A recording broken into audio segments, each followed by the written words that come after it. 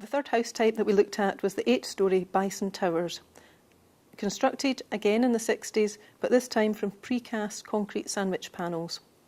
Meru proposed these to be insulated externally, as they were already insulated internally. The windows would be replaced to a 2007 norm and to have balconies glazed in. There is a case to be made for complete encapsulation of the existing rectangular form of the block.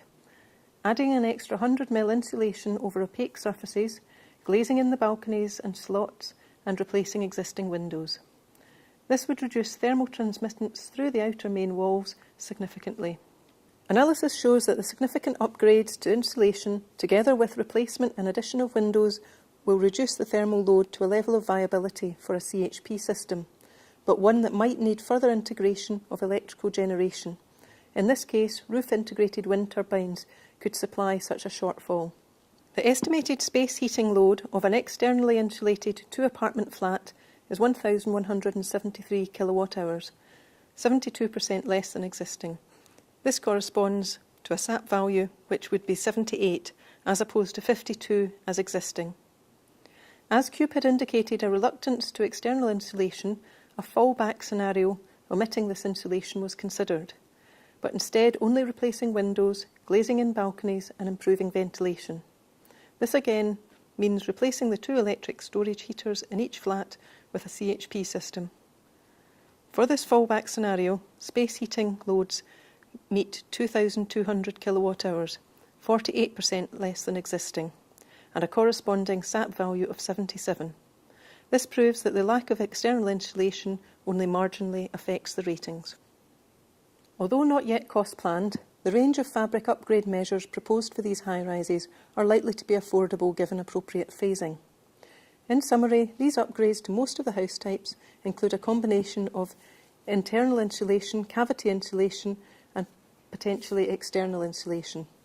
New windows, if they could be justified, glazed-in balconies and improved ventilation. This is a minimal option open to Cube Housing Association, which remains reliant on grid electricity and conforms to the Scottish Housing Quality Standard. However, simply upgrading the fabric without renewing the heating will not meet the Housing Quality Standard in terms of SAP ratings. While upgrading the fabric with grid-connected electric heating will not significantly address carbon reduction. Measures to move towards CO2 neutrality, aided by major CHP plant, should be considered as a longer-term energy-efficient solution. Due to the existing vertical servicing in all the high-rises, this seems feasible, without significant disruption to existing internal fabric. Assuming capital affordability, there is a viable case for biomass gasification CHP for the high-rises, and based on the predictions for heat and electricity demand.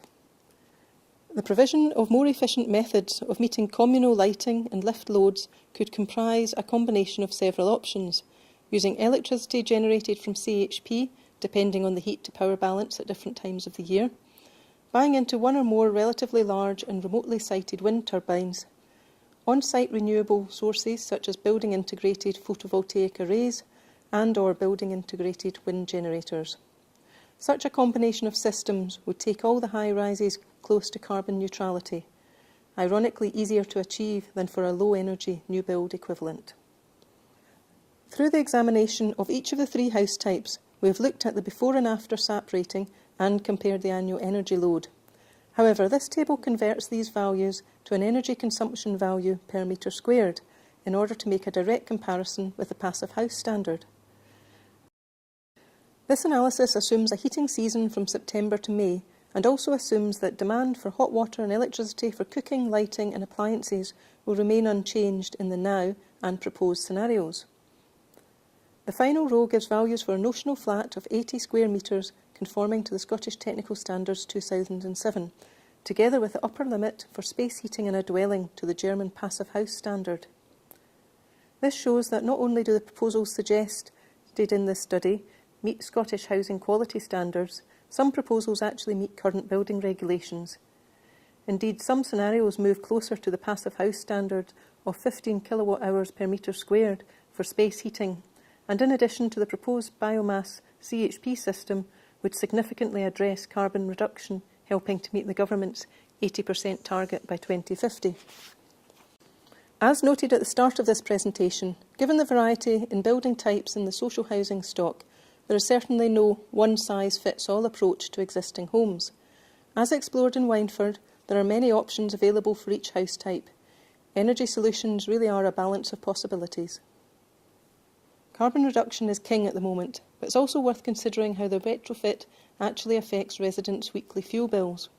Our initial survey work indicated that many residents in the estate were paying excessively high fuel bills, and the proposed introduction of a CHP scheme not only reduces fuel consumption, but also allows opportunities for housing associations to have a flat rate charge for fuel, thereby helping to take a proportion of residents out of fuel poverty.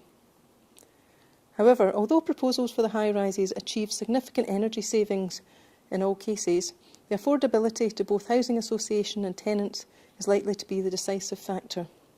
With the introduction of the government's feed-in tariff scheme, the proposed biomass heat and power system would be eligible, and there may be future benefit to housing associations once the renewable heat incentive has been implemented, as the heat output from the CHP would be rewarded under the renewable heat incentive. If we are to meet the government's 80% targets and make radical improvements to the energy performance, we must be proposing solutions that go beyond current building regulations. If the options proposed in this study were installed, and given the scale of the Wynford estate, it has the potential to become a flagship UK demonstration project.